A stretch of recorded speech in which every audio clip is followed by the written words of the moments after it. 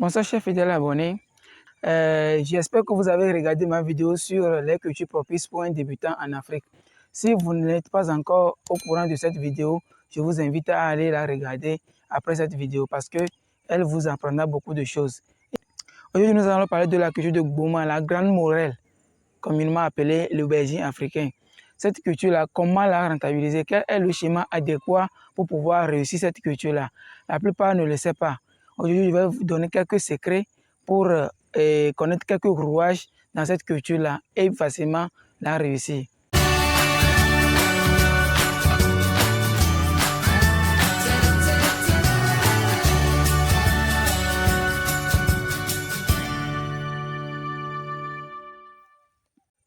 Alors, c'est quoi Gboma? Gboma, qui s'appelle la Grande Morelle, fait partie de la famille des Solanacées.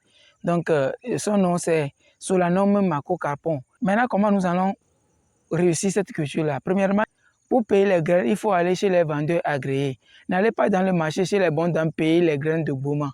Si vous payez les graines de... Parce qu'il y a beaucoup de variétés. Si vous ne savez pas, vous allez tomber sur la mauvaise graine, les Gboma qui ne se développent pas bien. Donc, je vous conseille de payer les graines chez les vendeurs agréés. Mais comment réaliser la pépinière de Gboma? Vous regardez, vous voyez derrière moi, c'est la pépinière de Gboma qui est ici. Vous voyez comment c'est bien joli, non? Comment réaliser cette pépinière-là? Il faut préparer le sol. Préparer le sol, vous savez comment ça marche. D'habitude, il faut remuer le sol, ensuite le niveler et traiter le sol, traiter d'une fongicide et d'une nématicide avant de faire la pépinière. Vous pouvez faire la pépinière en ligne, vous pouvez faire la pépinière aléatoire, donc à vous de voir. Mais la pépinière aléatoire est plus bénéfique parce que ça prend beaucoup de graines. Voilà la pépinière aléatoire. Vous regardez, vous voyez comment ça se présente, non? Ça, c'est la pépinière aléatoire. Regardez comment ça se présente. Voilà la pépinière en ligne qui est ici. C'est la pépinière de tomates ici. Hein. Donc, vous voyez à peu près la pépinière en ligne, non? Donc, ici, le travail de binage est plus facile parce que ça se fait à la binette. Et ici, pour enlever les mauvaises herbes, il faut aller à la main. Donc, c'est à peu près comment ça se présente. Alors, une fois la pépinière réalisée, elle prend 3 semaines, c'est-à-dire 21 jours avant d'être prête pour se faire repiquer. Donc, ceux-là font déjà 13 jours ici. Dans 6 à 7 jours, nous allons les repiquer. Donc, c'est à peu près la durée de la pépinière. Donc, pour maintenant repiquer, il faut préparer le sol.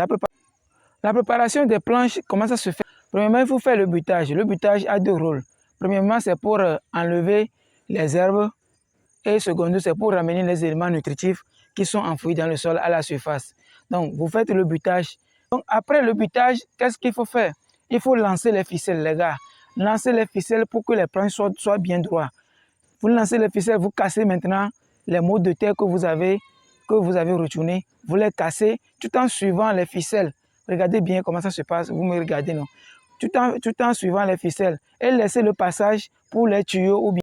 Bon, après la préparation du sol, il faut arroser de façon légère pour casser les petits morceaux de terre et rendre maintenant les planches homogènes. D'accord? Vous rendez les planches homogènes. Et ensuite, qu'est-ce qui va se passer? Nous allons tracer maintenant le schéma culturel. Pour le schéma culturel, la norme dit 25 sur 25. Le schéma culturel standard qui est conseillé, c'est 25 sur 25. Mais qu'est-ce qui s'est passé? Quand je me suis lancé dans cette culture de Gboma, j'ai réalisé que quand je faisais les 25 sur 25, c'est vrai que les feuilles se développent très bien et vous voyez sur les plants, c'est bien touffu. Mais quand vous coupez, quand vous récoltez, vous n'avez rien parce qu'il y a trop d'écartement entre les plants sur la plante. Donc, je pense que c'est une perte. Donc, c'est un des secrets que je vais vous fournir ici. Après, j'ai fait des recherches, j'ai constaté que la plupart des producteurs de Gboma ne respectent pas ce schéma. Voilà le schéma qu'ils respectent. Il y a différentes méthodes qu'on utilise pour tracer le schéma, bien sûr. Il y a certains qui utilisent les bois à 4 côtés. Il y a d'autres qui tendent les ficelles. Et... Bon, il y a plusieurs méthodes. Non? Mais moi, j'ai créé ma méthode. Je ne sais pas, et ce n'est pas moi qui l'ai créée. Moi aussi, j'ai touché ça quelque part. Voici moi, ma méthode que j'utilise. Regardez comment ça se passe, comment on trace le schéma. Donc, ce schéma, ça fait 14, 14, 14. Et c'est avec ça que je continue ma production jusqu'à alors. Pourquoi le schéma 14? Parce que si vous faites le schéma 14, vous avez la chance d'avoir plus de plans sur la planche. La même planche sur laquelle vous faites le schéma de 25. Si vous faites le schéma de 14, ça prendra plus de plans que la planche de 25 cm de schéma. J'espère que vous me comprenez. Donc c'est avec ça que je trace mes schémas et voici. Après avoir tracé, il faut faire quoi? Il faut repiquer. Donc pour repiquer, après avoir enlevé les pépinières, je vous conseille de traiter les racines par une nématicide. Pourquoi? Parce que ce sont les nématodes qui menacent plus les bomas. Donc je vous conseille de traiter les racines avec une nématicide avant d'aller sur les planches. Et je vous conseille aussi les produits biologiques parce que maintenant il y a beaucoup de produits biologiques qu'on peut utiliser qui sont plus efficaces même plus que les produits chimiques. J'en ai déjà fait l'expérience, j'ai vu leur efficacité. Donc il faut traiter les plants et repiquer. Pour repiquer maintenant, comment ça se passe? Après avoir tracé, nous allons tracer de façon horizontale et verticale. Donc le repiquage se fait à chaque intersection sur les planches. Chaque intersection des traces, c'est là-bas que nous allons repiquer. Regardez à peu près comment ça se passe. Alors, et après avoir repiqué, il faut encore arroser de façon légère pour permettre à la racine là de prendre une bonne allure. Donc, il est toujours nécessaire d'arroser après le repiquage. N'importe quel repiquage, il est toujours nécessaire d'arroser après. Alors, certains vont dire que le schéma 14 ne va pas permettre au plant de bien se développer. Je vous réserve une surprise. Restez jusqu'à la fin de la vidéo. Vous serez surpris par les photos, par le résultat de ce schéma-là. Une fois allé sur la planche, vous voyez, après 5 jours, vous voyez l'état des plants repiqués. Donc, c'est à peu près ça. Comme entretien, la culture de Boma n'est pas très exigeante en matière d'entretien. C'est pourquoi j'adore cette culture. Après le repiquage, si c'est en période pluvieuse, vous arrosez seulement une fois en 2 jours. Mais pendant la période sèche, vous allez arroser une fois par jour peut-être. Donc c'est une culture qui ne demande pas trop d'exigences par rapport au traitement et aux entretiens. Par rapport au traitement, à chaque 10 jours, il faut apporter une insecticide, une fongicide et un engrais foliaire s'il le faut. Un engrais foliaire. Donc ce sont les produits là. Je ne peux pas vous citer les produits que j'utilise, non. C'est comme une publicité. Vous pouvez utiliser ces produits là pour les traiter chaque 10 jours. Les travaux de sacrobinage aussi sont chaque une semaine, si vous voulez, parce que Boma a besoin seulement de l'eau et du binage. Ce sont les 2 éléments qui sont importants si vous voulez faire Boma. Il faut de l'eau et il faut le binage. D'accord? Donc, vous devez biner chaque semaine. Vous devez apporter de l'eau tous les 2 jours. Et de l'eau abondante. Il faut arroser de façon abondante pour...